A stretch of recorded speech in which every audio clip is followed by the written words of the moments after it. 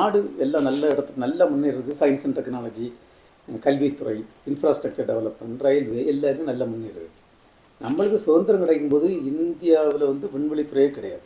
1957 தான் முத ஸ்புட்னிக் செயற்கைக்கோள் அனுப்புகிறாங்க. 62 தான் விண்வெளித்துறை ஆரம்பித்து 1969 ஆகஸ்ட் 15 தான் இந்த ISRO Indian space research organisation form ஆகுது. அப்போ அந்த டைமில் பார்த்திங்கன்னா நம்ம வந்து 70 ஆண்டுகளுக்கு தங்கிய நிலையில் இருக்கும். 69 பார்த்திங்கன்னா அமெரிக்காவில் வந்து நெயில் ஆம்ஸ்ட்ராங் அவரை வந்து நிலாவில் இறக்கி திருப்பி கொண்டு வந்தாச்சு. அப்போ அதில் இருந்து நம்ம படிப்படியாக வளர்ந்துட்டுருக்கோம். வளர்ந்துட்டு இருந்தாச்சுன்னா இன்றைக்கி இந்த விண்வெளித்துறை ஆரம்பித்தது எதுக்குன்னா அட்வான்ஸ் டெக்னாலஜியை வச்சு மக்களுக்கு நன்மைகள் செய்ய முடியும், நாட்டில் நல்லதெல்லாம் இது பண்ண முடியும்னு அந்த மாதிரி ஒரு திட்டத்துலேயே ஆரம்பிச்சது. இன்றைக்கி நம்ம 50 ஆண்டுகளுக்கு முன்னுக்கு ஸ்பேஸ் ப்ரோக்ராம்லேருந்து அப்ளிகேஷன் எதுவுமே ரொம்ப இல்லை. ஒரு 30-35 வருஷத்துக்கு இதெல்லாம் பார்த்திங்கன்னா மழை வருதா வரலையா, அந்த இதில் வானிலை அந்த செயற்கைக்கு அந்த இதை கேட்டாச்சுன்னா நம்மளுக்கே ஒரு குழப்பமாக தான் இருக்கும். மழை பெய்ய போகுதா பெய்யாதா, இல்லை எப்போ வரும், மொத்தம் ஒரு கன்ஃபியூஷனாக இருக்கும். இப்போ அப்படி கிடையாது. இந்த செயற்கைக்கோள் வந்து நிறைய இதெல்லாம் அந்த என்னெல்லாம் பேராமீட்டரோ அதெல்லாம் கொடுத்து IMD நல்லா அந்த மாதிரி பண்ணுறாங்க. இப்போ இந்த செயற்கைக்கோள் ராக்கெட்டில் அனுப்புறது எதுக்குன்னா மக்களுக்கு நன்மை செய்யுது. இப்போ நான் சொன்னது வந்து ஒரு விதமான நன்மை. அடுத்தது பார்த்திங்கன்னா இந்த ஃபுட் செக்யூரிட்டி. இப்போ நம்ம வந்து இன்றைக்கி 97% மக்கள் வந்து ஏழ்மையிலேருந்து இன்றைக்கி வந்து நம்மளுக்கு உலகத்தில் பொருளாதாரத்துறையில் 4வது இடத்துல வந்திருக்கோம்னா எல்லாருக்கும் தெரியும். அக்ரிகல்ச்சர் டிபார்ட்மெண்ட் நிறைய கான்ட்ரிபியூட் பண்ணியிருக்காங்க, மற்றவங்கெல்லாம் பண்ணியிருப்பாங்கன்னு தெரியும். ஸ்பேஸ் நிறைய கான்ட்ரிபியூட் பண்ணியிருக்காங்க. இப்போ வந்து நம்ம வந்து வயல்லாம் பயிர் போடுறோம் பார்த்தீங்களா, அதெல்லாம் மானிட்டர் பண்ணி எவ்வளோ வருமானம் வரும்னு அட்வான்ஸாக நம்மளுக்கு கண்டுபிடிக்க முடியும். அப்படி 15 பயிர்களுக்கு இந்த மாதிரி நாங்கள் கண்டுபிடிக்க முடியும். அப்போ அதை வச்சு நம்மளுக்கு வந்து உணவுப் பொருள் ஏற்றுமதி பண்ணணுமா இறக்குமதி பண்ணணுமா அந்த மாதிரிலாம் பிளான் பண்ண முடியும். அதே மாதிரி வாட்டர் செக்யூரிட்டி, இந்த தண்ணீர் பார்த்திங்கன்னா நான் ஒரு உதாரணம் சொல்லி, இப்போ எங்கள் ஊரெல்லாம் கடல் மட்டத்திலேருந்து ஒரு 150 அடிக்கு மேலே இருக்குது. முன்னாடிலாம் அந்த ஊரில் ஒரு கிணறு வெட்டணும்னா எங்கள் ஊரில் ஒரு ரிலேட்டிவ் ஒருத்தர் கிணறு வெட்டினார். 220 அடி வெட்டின பிறகு தான் தெரியுது தண்ணி இல்லை. மொத்த பைசாயும் போச்சு கிணறு வெட்டி. அந்த ஃபேமிலி வந்து திருப்பி வாரது 25 வருஷம் ஆச்சு. ஏன்னா கொஞ்சம் இடம் வாங்கி இருந்த மரம்லாம் வச்சுட்டு தென்னை மரம் போடலான்னு இது பண்ணாங்க. பட் இப்போ அப்படி கிடையாது. நிறைய நம்ம கரெக்டாக ஒரு 95% சக்ஸஸ் பண்ணுறது, இதில் 60% தான் சக்ஸஸ் ரேட்டு இந்த மாதிரி வரும்.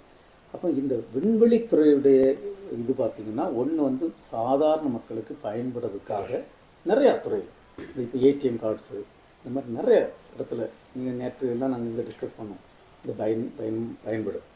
அடுத்தது பார்த்திங்கன்னா விஞ்ஞானத்துறையில் இப்போ நிறையா, இப்போ சந்திரயான் 1 முதல் செயற்கைக்கோள் இன்டர்பிளானட்டரி மிஷன் போனது. அது வந்து நிலாவில் தண்ணீர் கண்டுபிடிச்சது இந்திய நாடும் அமெரிக்காவும் சாந்தாக்கும் கண்டுபிடிச்சது. யாரும் கண்டுபிடிக்கல. அது மாதிரி சந்திரயான் 2 உங்களுக்கு டாக்டர் சிவன் தெரியும், அவர் சேர்மனாக இருக்கும்போது தான் அந்த சந்திரயான் 2 அனுப்பணும். அது வந்து தரையிறங்கும்போது வந்து இந்த சாஃப்டாக இறங்குறதுல வந்து ஒரு ஹார்ட் லேண்டிங் ஆகிடுச்சு. கொஞ்சம் சின்ன ப்ராப்ளம் இருந்தது. ஆனால் அந்த மிஷனில் பார்த்திங்கன்னா இன்றைக்கி வந்து நம்ம வந்து ஒரு ஆர்பிட்டர் ஹை ரெசல்யூஷன் கேமரான்னு ஒரு கேமரா நிலாவில் சுற்றிட்டுருக்கு, ஒரு ஆர்பிட்டர் மாடியூல். அந்த மாடியூல் நாங்கள் டிசைன் பண்ணது 1 வருஷம் ஒர்க் பண்ணுறதுதான். இப்போ பார்த்திங்கன்னா 6-7 வருஷம் ஒர்க் பண்ணிகிட்ருக்கு. நிலாவில் இருக்கக்கூடிய பெஸ்ட்டு கேமரா வந்து நம்ம நாட்டை சேர்ந்த camera, orbiter high resolution camera, 32 centimetre resolution. வேறு மற்ற நாடுகளுக்கெல்லாம் 50 சென்டிமீட்டர் தான் ரெசல்யூஷன். அப்போ பெஸ்ட்டு ஃபோட்டோஸ் நம்மளுக்கு தான் வந்துட்டு. அது மாதிரி சந்திரயான் 3 அதான் ஆகஸ்ட் 23 2023 தர இறங்கிச்சு. இந்த நிலாவில் தர இறங்கின நம்ம நாடு 4வது நாடு. ஆனால் நிலாவின் தென் துருவத்தில் வெற்றிகரமாக தர இறங்கின முதல் நாடு நம்ம நாடாகும்.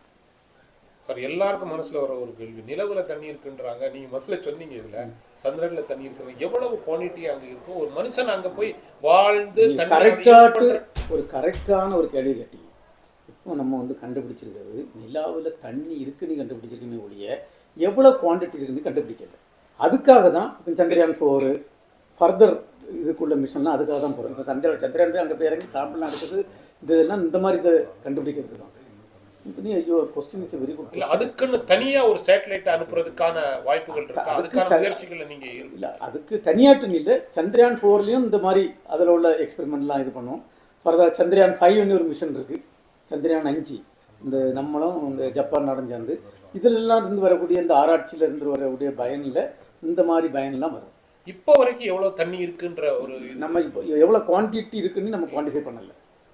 ஒரு மனுஷன் அங்க போய் அந்த தண்ணியை வச்சு யூஸ் பண்ணி வாழலாம் அப்படின்னு அந்த நம்பிக்கை இருக்கு, பட் குவான்டிஃபை நம்ம பண்ணல.